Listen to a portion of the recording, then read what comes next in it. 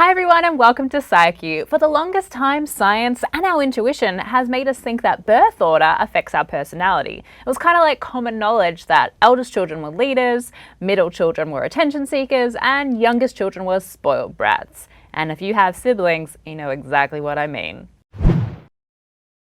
Up until 2015, researchers always thought that birth order affected our personality. The logic goes like this. Firstborn children, like me, get all their parents' attention and pressure, which means they tend to be high achievers and are more likely to be academically able. They also develop leadership skills and independence from all of those years bossing around their younger siblings. Hillary Clinton, Winston Churchill, Beyoncé, and Oprah are all perfect examples of that high-achieving leader-type firstborn child. Youngest born children often have the opposite experience. Their parents have kind of given up being the taskmasters and are a lot more lenient.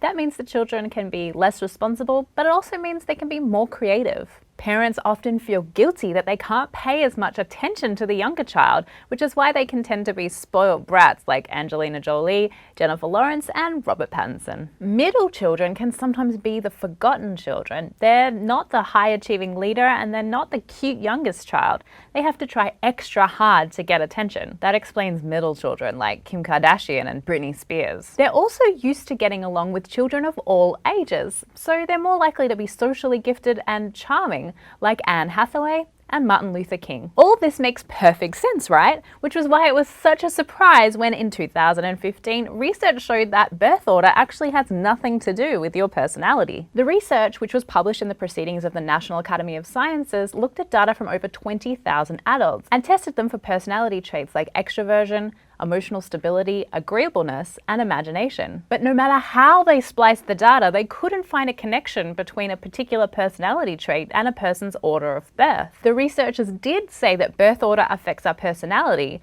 but in a way that varied. So for example, if your older siblings bullied you, you might be more withdrawn. But if your older siblings invited you to lots of parties, you might be more extroverted. What they did find is that firstborn children are likely to have a slightly higher IQ score.